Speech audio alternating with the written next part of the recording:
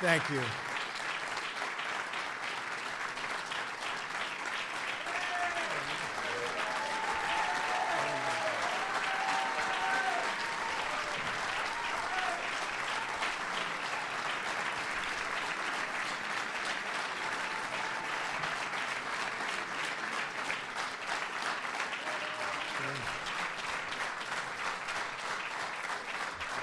Thank you very much. Thank you.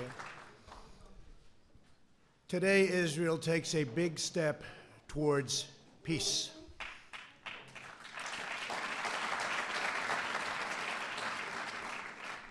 Young people across the Middle East are ready for a more hopeful future, and governments throughout the region are realizing that terrorism and Islamic extremism are everyone's common enemy.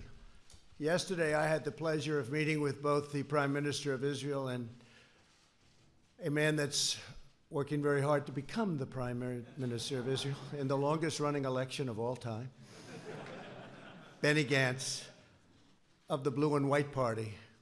And both leaders joined me to express their support for this effort, proving that the state of Israel looking for peace and that peace transcends politics. By any measure, unmeasurable, that's what they want.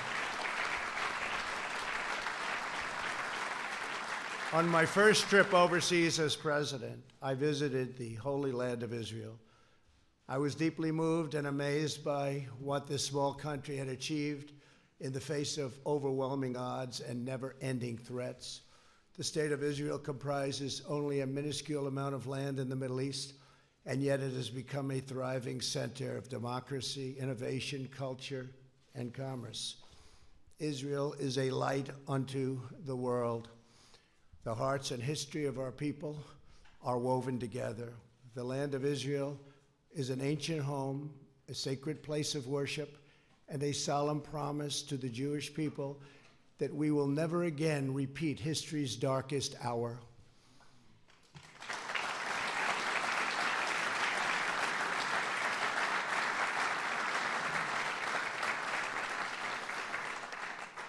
During my trip to Israel, I also met with Palestinian President Abbas in Bethlehem. I was saddened by the fate of the Palestinian people. They deserve a far better life. They deserve the chance to achieve their extraordinary potential. Palestinians have been trapped in a cycle of terrorism, poverty, and violence, exploited by those seeking to use them as pawns to advance terrorism and extremism. I returned from my visit determined to find a constructive path, and it's got to be a very powerful path forward in the Israeli-Palestinian conflict. To further this effort, I also met with President Abbas at the White House. Forging peace between Israelis and Palestinians may be the most difficult challenge of all. All prior administrations, from President Lyndon Johnson, have tried and bitterly failed. But I was not elected to do small things or shy away from big problems.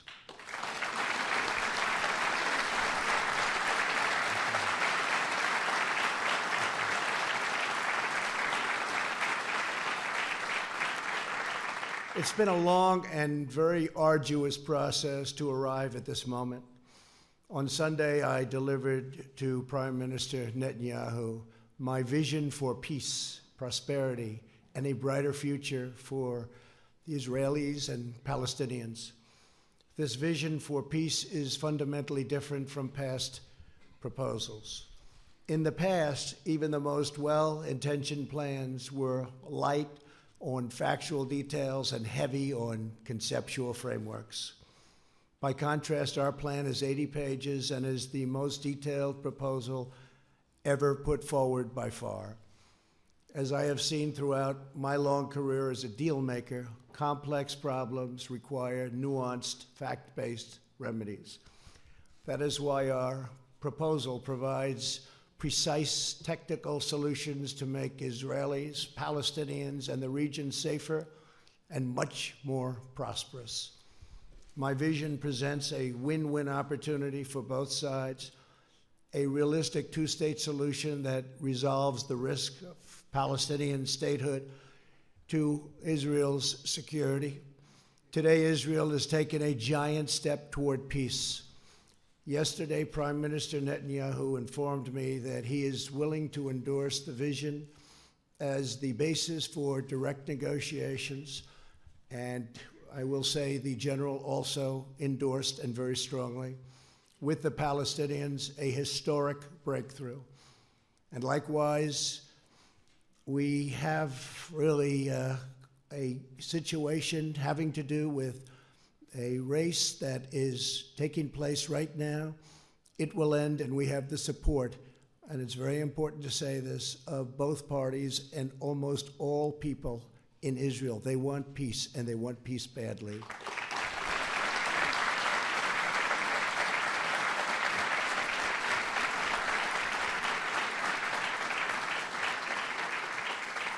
This is the first time Israel has authorized the release of a conceptual map illustrating the territorial compromises it's willing to make for the cause of peace, and they've gone a long way. This is an unprecedented and highly significant development. Mr. Prime Minister, thank you for having the courage to take this bold step forward.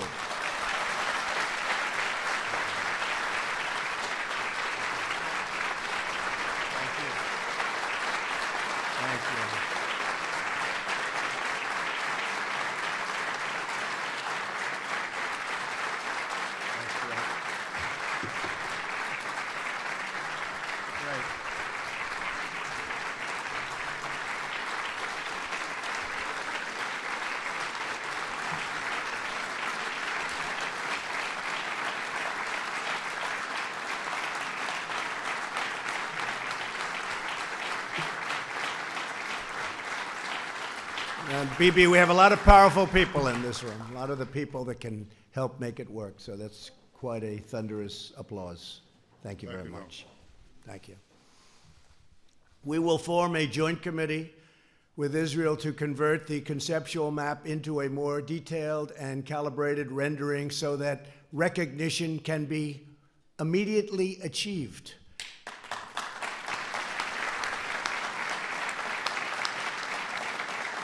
We will also work to create a contiguous territory within the future Palestinian state for when the conditions for statehood are met, including the firm rejection of terrorism.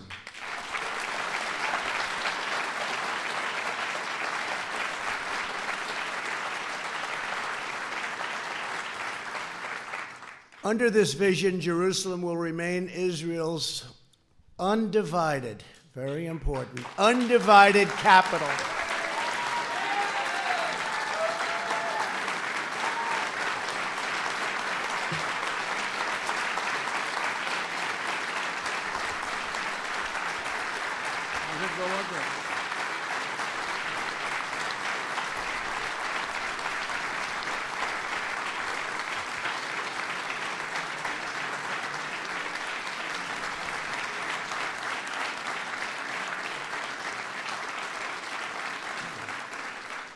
But that's no big deal, because I've already done that for you, right? We've already done that, but that's okay. It's going to remain that way. And the United States will recognize Israeli sovereignty over the territory that my vision provides to be part of the state of Israel. Very important. And crucially, the proposed transition to a two-state solution will present no incremental security risk to the state of Israel whatsoever. We will not allow a return to the days of bloodshed, bus bombings, nightclub attacks, and relentless terror. Won't be allowed. Peace requires compromise, but we will never ask Israel to compromise its security. Can't do that.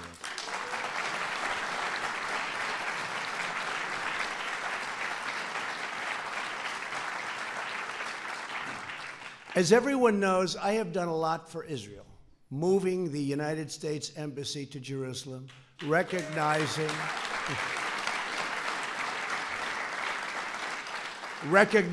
the Golan Heights,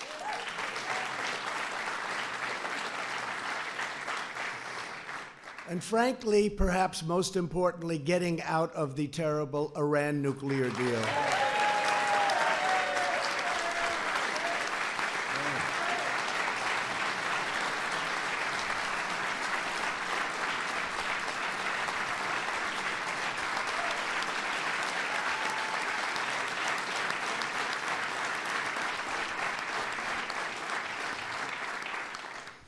There's a lot of spirit in this room. It's true. You don't see it often. You don't see it often. Therefore, it is only reasonable that I have to do a lot for the Palestinians, or it just wouldn't be fair. Now, don't clap for that, okay? But it's true. It wouldn't be fair. I want this deal to be a great deal for the Palestinians. It has to be. Today's agreement is a historic opportunity for the Palestinians to finally achieve an independent state of their very own. After 70 years of little progress, this could be the last opportunity they will ever have, and last for a lot of reasons. We'll never have a team like we have right now. We have a team of people that love the United States, and they love Israel, and they're very smart and very, very committed, from your ambassador, David Friedman,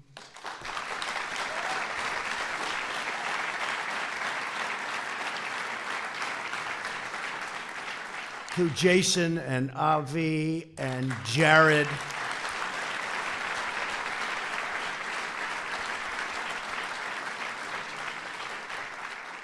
and they're all great deal makers, and they also understand the other side, and they want the other side to do well, because that's the sign of a great deal, and they understand that.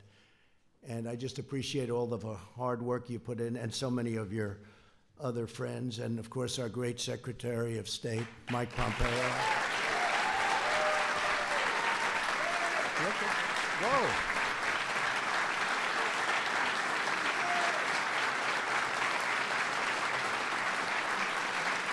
Oh, that's impressive. That was very impressive, Mike. That reporter couldn't have done too good a job on you yesterday, right? I think you did a good job on her, actually. That's good. Thank you, Mike. Great. Are you running for Senate? I guess the answer is no after that, huh? They all want him to. Kansas, great state. They want him to, but you're doing a great job. Don't move. The Palestinian people have grown distrustful after years of unfulfilled promises. So true. Yet I know they are ready to escape their tragic past and realize a great destiny. But we must break free of yesterday's failed approaches. This map will more than double the Palestinian territory and provide a Palestinian capital in eastern Jerusalem, where America will proudly open an embassy.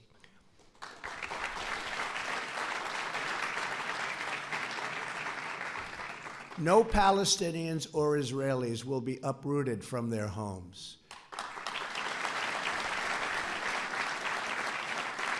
Israel will work closely with a wonderful person, a wonderful man, the King of Jordan, to ensure that the status quo of the Temple Mount is preserved and strong measures are taken to ensure that all Muslims who wish to visit peacefully and pray at the Al-Aqsa Mosque will be able to do so. This is a major statement. This is of major importance. And at the same time, our vision will deliver massive commercial investment of $50 billion into the new Palestinian state. You have many, many countries that want to partake in this, and many of them are surrounding. They all want this to happen. Virtually every one of them want this to happen, and I think, Bibi, you know that very well. You're going to have tremendous support from your neighbors and beyond your neighbors. Over the next 10 years, if executed well, 1 million great new Palestinian jobs will be created. Their poverty rate will be cut in half, and their poverty rate is unacceptable now and only getting worse. Their GDP will double and triple, and much-needed hope, joy, opportunity, and prosperity will finally arrive for the Palestinian people. Our vision will end the cycle of Palestinian dependency upon charity and foreign aid. They will be doing phenomenally all by themselves. They are a very, very capable people.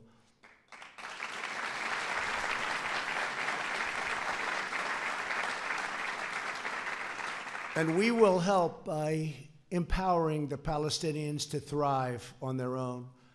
Palestinians will be able to seize the new future with dignity, self-sufficiency, and national pride. To ensure a successful Palestinian state, we are asking the Palestinians to meet the challenges of peaceful coexistence.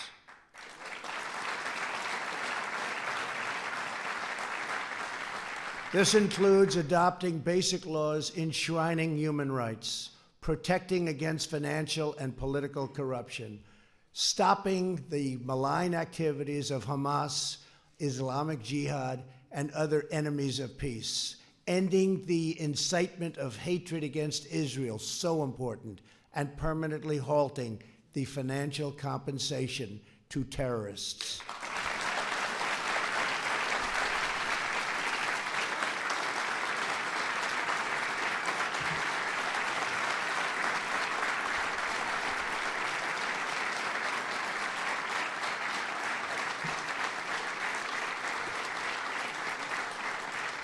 And perhaps most importantly, my vision gives the Palestinians the time needed to rise up and meet the challenges of statehood.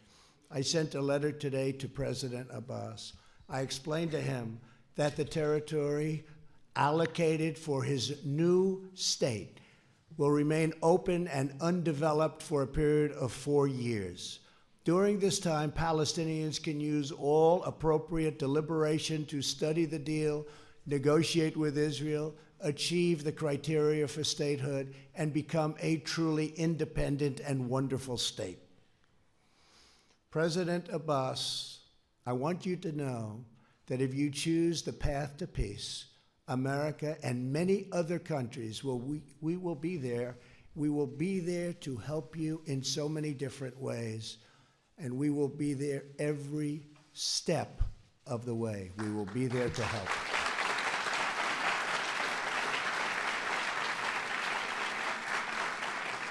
In other words, for the first time in many, many decades, I can say, it will work. It's going to work. If they do this, it will work.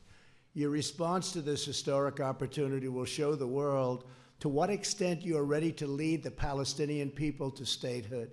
The Middle East is changing rapidly. On my first trip aboard as president, I traveled to Saudi Arabia to discuss our shared priorities with the 54 leaders of the Muslim and Arab countries. I made clear that all civilized nations share the same goals, stamping out extremism, creating opportunity for the region's youth, and we have to take care of the region's youth. The region's youth is growing up with no hope. We have to take care of the region's youth and existing in harmony with one's neighbors. Since that time, immense progress has been made. A growing number of nations have taken strong stands against terrorism and radicalization. You see it. Thanks to the courage of U.S. forces, the ISIS territorial caliphate, 100%, not 95%, not 99 or any other percent, 100% of the caliphate, ISIS, is destroyed, and its savage leader, al-Baghdadi, is now dead.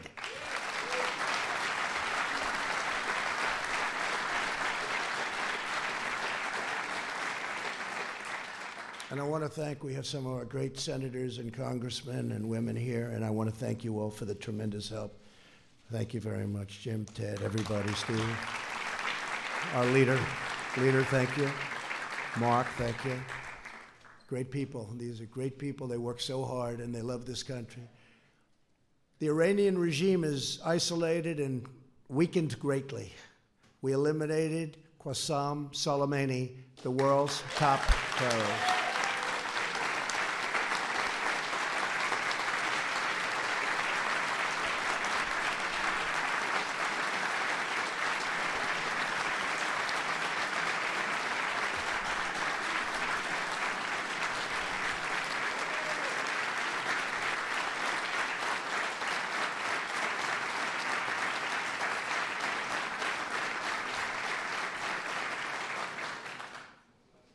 And as you know, he was with the head of Hezbollah. I don't think they were up to anything good. I don't think so. He ran an organization called Jerusalem Liberation Forces and used his hatred, total, severe hatred of Israel as a rallying cry to divert attention from the incompetence and shortcomings of his government. He falsely promoted the sinister notion that a free Jerusalem, we must really be at war with Israel. So to have it free, we have to be at war with Israel. And he said it very, very powerfully. In fact, it's been in this false war that Israel, really, the enemies of peace, have used it. They just used it as an excuse to divide and totally oppress the Middle East. In truth, Jerusalem is liberated.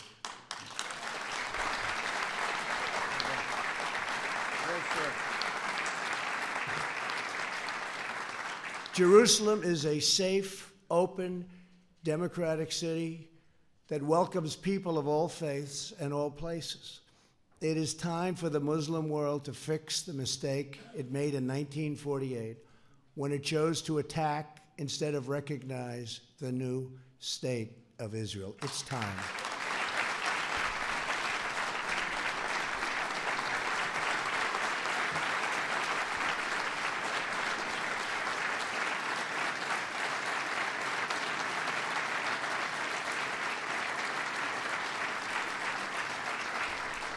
Since then, the amount of needless bloodshed and all squandered opportunities, so many squandered opportunities in the name of senseless causes, is beyond measure. The Palestinians have been the primary pawn in this regional adventurism, and it's time for this sad chapter in history to end quickly, end now. It's never too late for courageous leaders to set a new course, to pursue what is right, to change the future only for the better. America is prepared to work with all parties on our vision. So many other countries are willing, ready, and able to work with us. I've spoken to many of them. I cannot believe the amount of support this morning has. I cannot believe it. I have been called by leaders, Boris called, so many called, and they're all saying, whatever we can do to help, they all want to see it happen.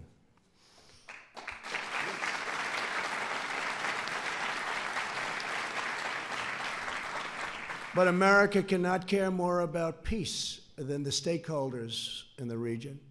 There are many Muslims who never visited Al-Aqsa, and many Christians and Jews who never visited the holy sites in the West Bank described so vividly in the Bible. My vision will change that. Our majestic biblical heritage will be able to live, breathe, and flourish in modern times. All humanity should be able to enjoy the glories of the Holy Land. This part of the world is forever connected to the human soul and the human spirit. These ancient lands should not be symbols of conflict, but eternal symbols of peace. Thank you again for all of the work you've all done and all of these incredible honored guests for being here. And in particular, I want to thank Prime Minister Netanyahu. I also want to thank Oman, Bahrain, and the United Arab Emirates for the incredible work they've done, helping us with so much and sending their ambassadors to be with us today. Thank you very much for being here. Oman, Bahrain, and the Arab Emirates? Yeah.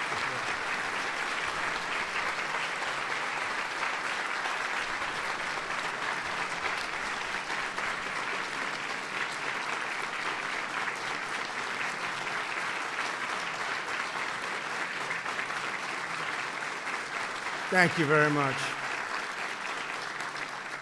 Thank you very much. Please give our regards. America's partnerships in the region have never been greater, and our alliance with the State of Israel has never, ever been stronger than it is today.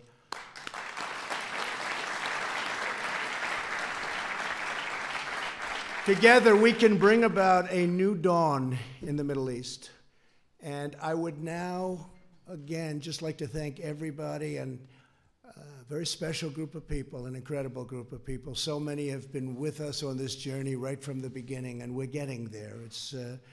They say it's the toughest deal ever to make. In business, when I have a tough deal, people would say, this is tougher than the Israelis and the Palestinians. They used it as an excuse, meaning that was always the standard. Actually, there's nothing tougher than this one, but we have to get it done. We have an obligation to humanity to get it done.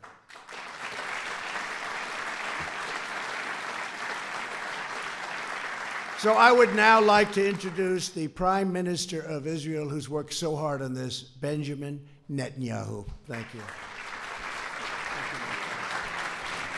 Great speech. Thank you.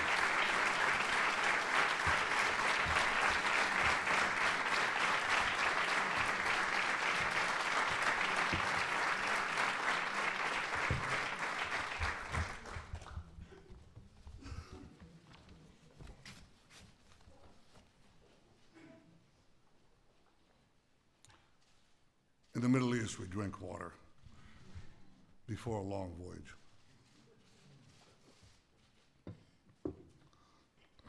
This is an extraordinary voyage. President Trump, Donald, I'm honored to be here today,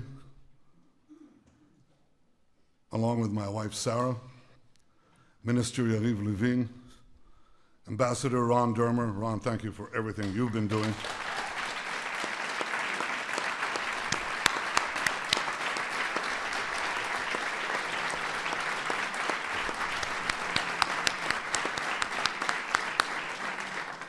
National Security Advisor Meir Ben Shabbat, thank you too, Mayor.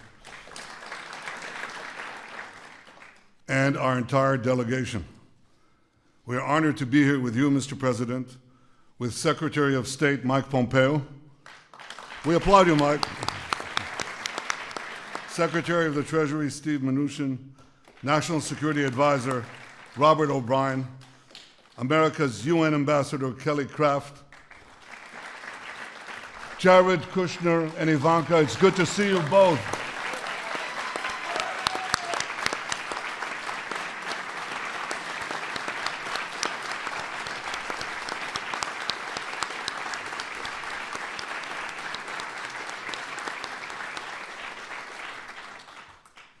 It's good to see the unfailingly energetic and optimistic Ambassador David Friedman, Jason Greenblatt,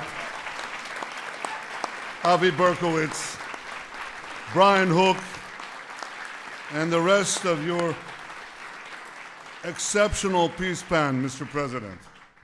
It's good to be here with the other distinguished ladies and gentlemen of your administration, with senators and members of Congress who are Israel's greatest friends on Capitol Hill. Thank you.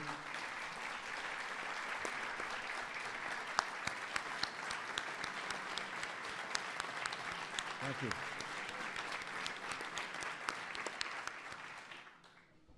With the ambassadors of the United Arab Emirates, Bahrain, and Oman, what a pleasure to see you here, and what a sign it portends.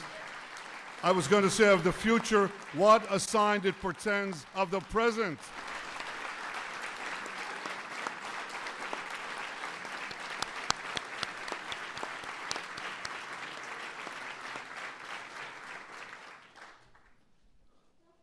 To all of you and to the many other distinguished guests who are here today,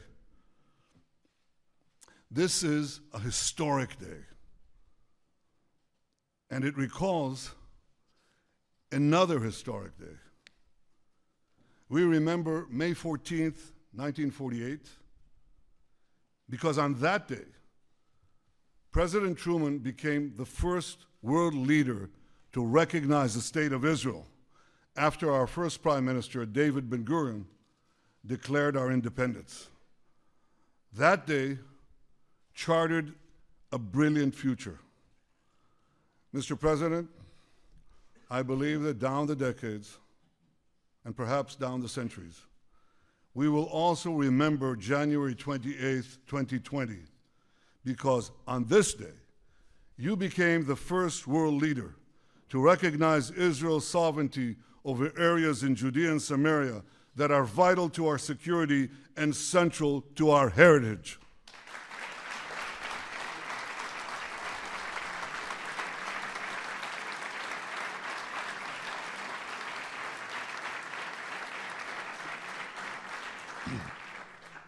And on this day, you too have charted a brilliant future for Israelis, Palestinians, and the region by presenting a realistic path to a durable peace.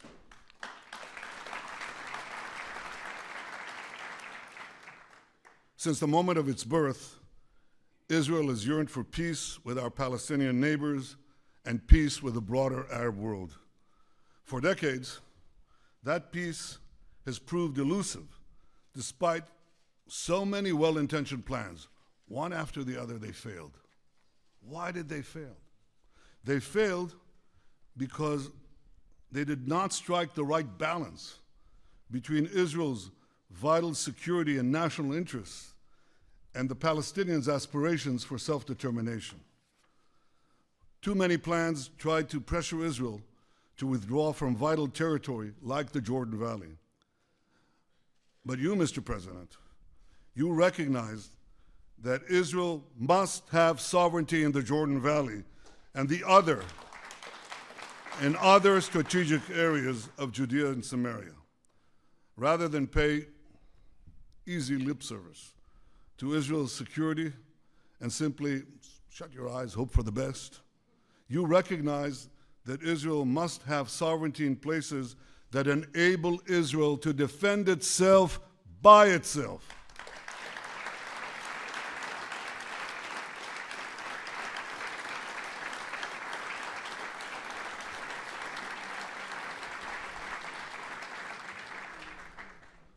For too long, far too long, the very heart of the land of Israel, where our patriarchs prayed, our prophets preached, and our kings ruled, has been outrageously branded as illegally occupied territory. Well, today, Mr. President, you are puncturing this big lie.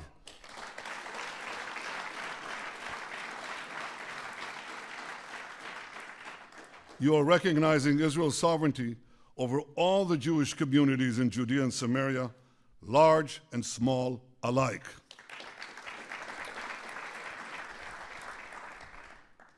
These, as the distinguished pastors who are here know very well, these are places inscribed in the pages of the Bible. These are places carved into the bedrock of our common civilization. The sacred tomb in Hebron, where the fathers and mothers of the Jewish people are buried. Bet El, where Jacob dreamed of a ladder ascending to the heavens. Shiloh, where the Ark of the Covenant that held the 10 Commandments for centuries. That's what happened in Shiloh.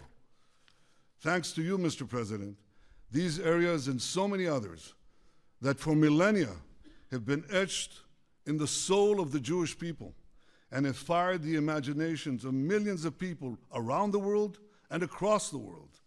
These areas will now be recognized by the United States as a permanent part of the Jewish state.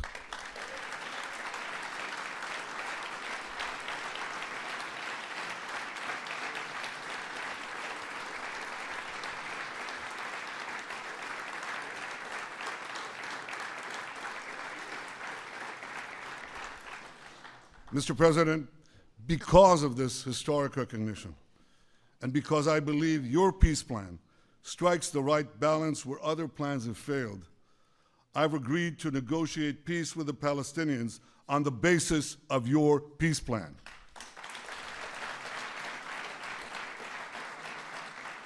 It's a great plan for Israel.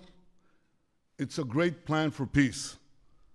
Frankly, Mr. President, given all that you have already done for Israel, I'm not surprised.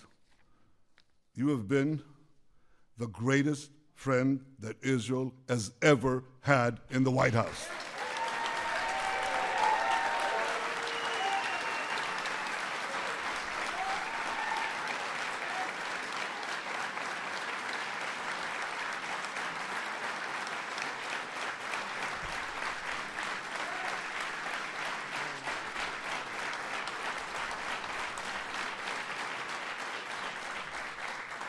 Frankly, though we've had some great, outstanding friends in these halls, it's not even close.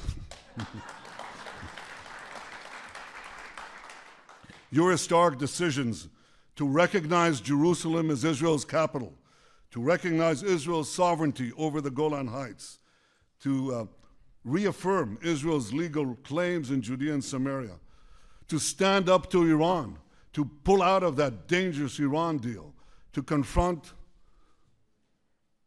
is not the word, to eliminate Qasem Soleimani,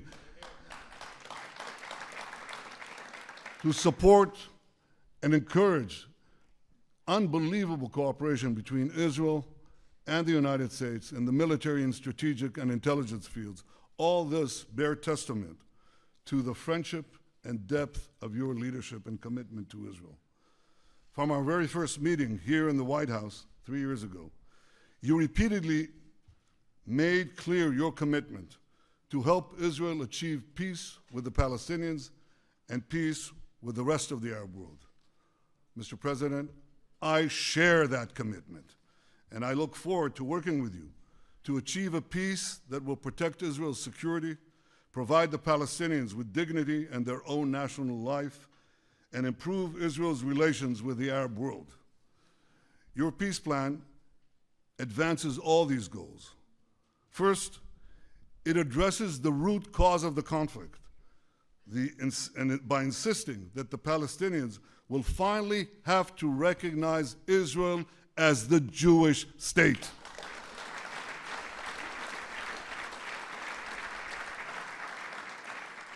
Second, it stipulates that Israel will retain security control in the entire area west of the Jordan River, thereby giving Israel a permanent eastern border to defend ourselves across our longest border. This is something we've longed to have. We now have such a recognized boundary. Third, your plan calls for Hamas to be disarmed and for Gaza to be demilitarized.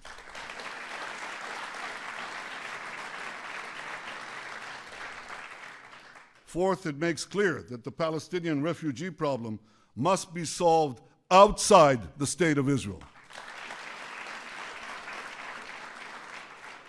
Fifth, it calls for our ancient capital, Jerusalem, to remain united under Israel's sovereignty.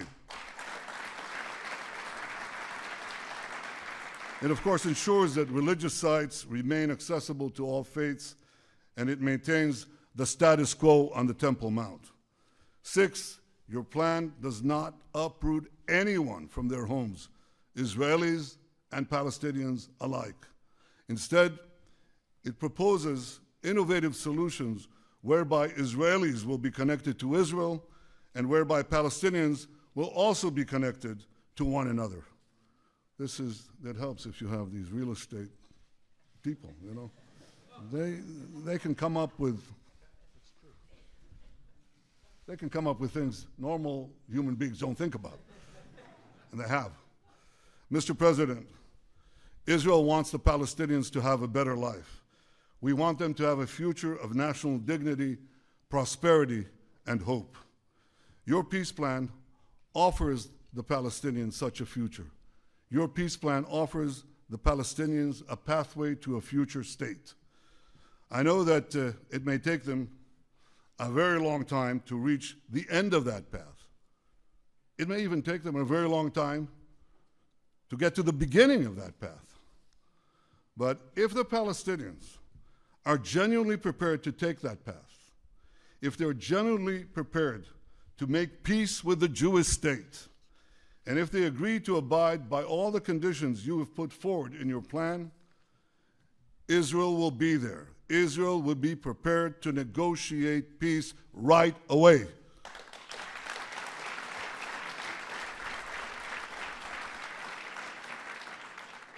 Regardless of the Palestinian decision, Israel will preserve the path of peace in the coming years. For at least 4 years, Israel will maintain the status quo in areas that your plan does not designate as being part of Israel in the future. At the same time, Israel will apply its laws to the Jordan Valley, to all the Jewish communities in Judea and Samaria, and to other areas that your plan designates as part of Israel, and which the United States has agreed to recognize as part of Israel.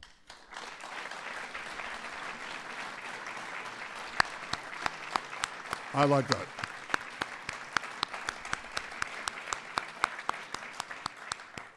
This decision will protect Israel's security, ensure Israel's national interests, and leave open the possibility of a political settlement with the Palestinians in the coming years.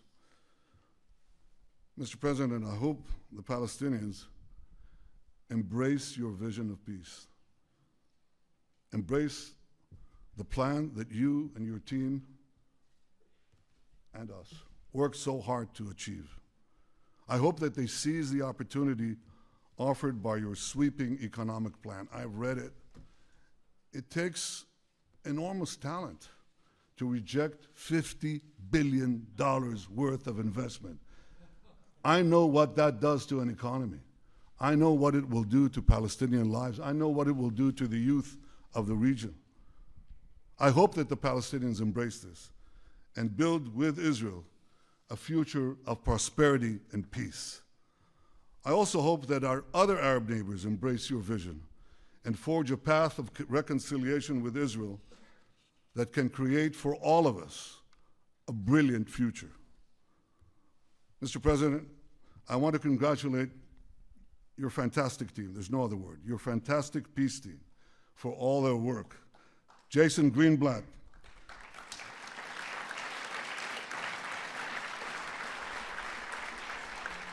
thank you, Jason, for the terrific job you did as America's peace envoy for nearly 3 years. Avi Berkowitz, thank you for stepping out. Thank you, Avi, for stepping out from your important behind the scenes role and ably working in those past few months to get this plan done. Ambassador David Friedman, thank you, David.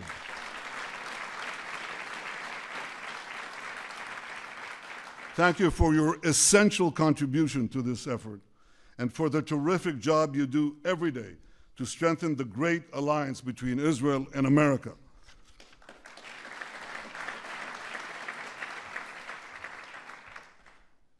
And Jared Kushner, without your wisdom, your persistence, your resolve, this day would have never come.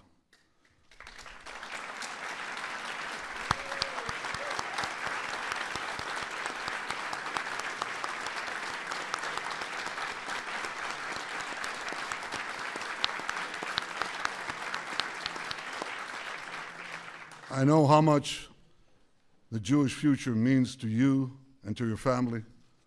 Well, Jared, today you have helped secure that future.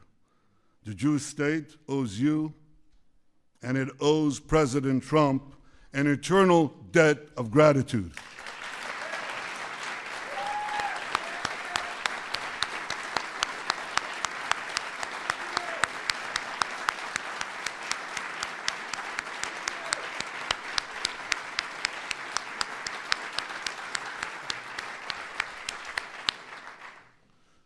Mr. President, on that historic day of May 14th, 1948, both David Ben-Gurion and President Truman had a fateful decision to make. Many argued that Ben-Gurion should not declare Israel's independence. Many argued that President Truman should not recognize the Jewish state. But both leaders understood the magnitude of the hour. They seized the moment and they changed history. Like you, Mr. President, I understand the magnitude of this moment. With you, Mr. President, I'm prepared to seize the moment and change history. I know that there'll be opposition. There's always opposition. I know there'll be many obstacles along the way, much criticism. But we have an old Jewish saying, if not now, when? And if not us, who? Im lo achshav, matai? Im lo anachnu, az mi? Mr. President, your deal of the century is the opportunity of the century. And rest assured, Israel will not miss this opportunity. Mr. President, Donald, Israel is blessed to have your friendship and your powerful leadership. And Israel is blessed to have the friendship of the greatest power on earth, the United States of America. May God bless America. May God bless Israel. And may God bless us all with security, prosperity, and peace. Thank you.